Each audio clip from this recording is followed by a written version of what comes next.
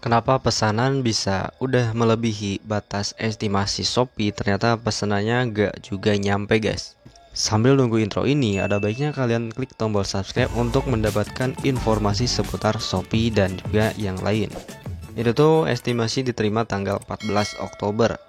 Terus kita lihat di sini tanggal 14 Oktober juga ya di sini, dan paketnya masih jauh. Masih di kota sebelumnya atau di kota pengirim.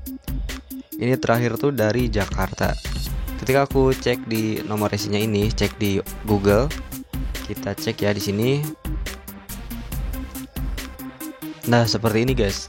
Paketnya tuh ada di Jakarta Barat dan dia tuh tanggal 12 Oktober terakhir update-nya. Sedangkan di Shopee ketika dicek tanggal 13 Oktober terakhir update. Masih menunggu jadwal keberangkatan. Nah, ini tuh momennya emang pas lagi 10-10 karena kebetulan ini tanggal Oktober ya, tanggal 10-11 gitu, jadi mungkin lagi membludaknya paket. Sebenarnya di sini aku udah bisa maklum ya kenapa dia bisa lama selama itu, bisa pending, bisa delay atau bisa lambat. Itu karena melebihi kuotanya, mungkin membludak juga karena ada 10-10. Oke, jadi gimana cara untuk mengatasi? Sebenarnya ini enggak mengatasi, guys. Di sini kamu bisa dengan mudah klik yang tombol ini atau yang ini, tanda tanya atau yang ini, untuk melakukan beberapa opsi.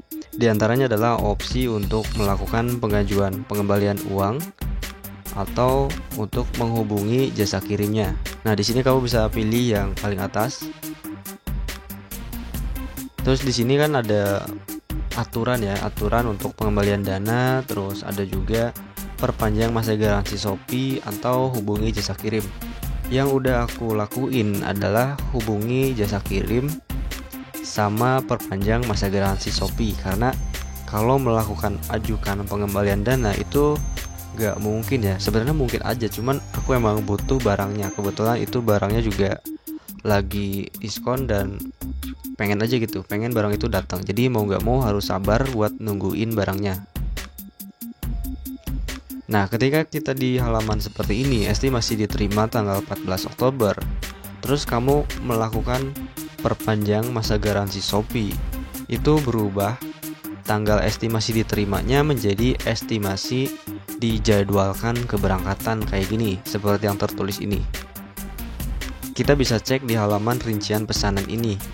Itu tuh udah ganti ya, pengiriman akan dijadwalkan, bukan pengiriman atau pesanan akan sampai. Jadi tanggal 14 itu bukan estimasi barangnya nyampe lagi sekarang, tapi estimasi barangnya dikirim, guys. Ini kan masih dalam proses pengiriman dan masih nunggu jadwal keberangkatan mobilnya. Jadi si mobilnya itu kan kalau kita pakai kargo atau tracking tuh dari JNE ya, kalau kargo itu dari si cepat dan lain-lain. Intinya adalah paket yang paling hemat ongkirnya karena dia sistemnya per 10 kilo. Nah, kalau mobil-mobil yang kayak gitu biasanya angkutannya kan beda dengan yang reguler, karena kalau yang ini biasanya pakai mobil yang lebih gede dan juga biaya hitungan mobilnya tuh per kilogram. Entahlah perhitungan dari sisi internal mereka, cuman yang pasti pengiriman lebih lama dan juga ongkir lebih murah. Sebenarnya di sini kamu bisa bebas mau ajukan pengembalian atau tetap nunggu. Kalau di sini kasusnya aku masih butuh barang ini, guys. Jadi aku bakalan tetap tunggu aja sampai mungkin keadaannya kembali normal, karena sekarang ini kan lagi ada 10-10 ya dari Shopee, otomatis pesanan semuanya membludak juga. Dan itu masih bisa dimaklum. Gimana kalau udah ajukan pengembalian dana terus disetujui?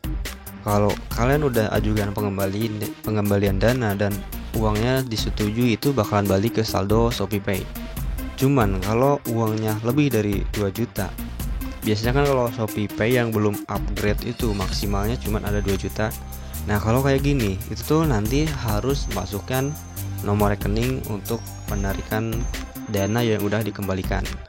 Ya mungkin kalau kita klik ajukan pengembalian terus diterima, terus uangnya balik, itu kamu bakalan dihubungi atau ada notifikasi dari Shopee untuk memasukkan nomor rekening untuk tujuan penarikannya.